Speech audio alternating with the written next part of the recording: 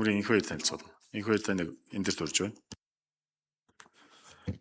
Улсын их хурлын дэд дарга эрхэм гишүүдээ засгийн газраас олон нийтийн радио телевизийн үндэсний зөвлөлийн гишүүнд нэр дэвшүүлж улсын их хурлын 2019 оны 30 дугаар тогтоолоор үндэсний зөвлөлийн гишүүнээр томилогдсон Наам Пернлийн Жансангийн бүрэн эрхийн хугацаа дуусгар болсон байна. Олон нийтийн радио телевизийн тухай хуулийн 21-ийн 5 заасныг үндэслэн үндэсний зөвлөлийн нэг гишүүний сул оронтоонд нэр дэвшигчийн сонгуульд шалралтыг 2026 оны 4-р сарын 16-наас 23-ны өдрүүдэд нээлттэй зарласан.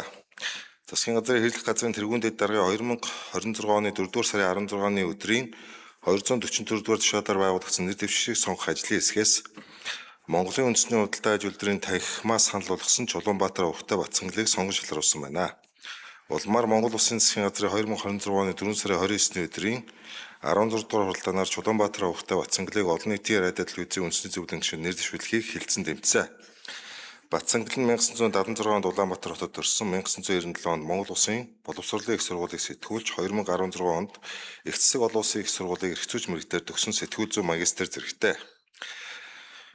1997-аас 2008 онд Монголын үндэсний телевизийн өвчин эмнэлэг студийн редактор, ерөнхий редактор, захирал ерөнхий продюсер, 2008-аас 2012 онд Монголын үндэсний олон нийтийн телевизийн программын хэлтсийн дарга, 2012-аас 14 онд үндэсний олон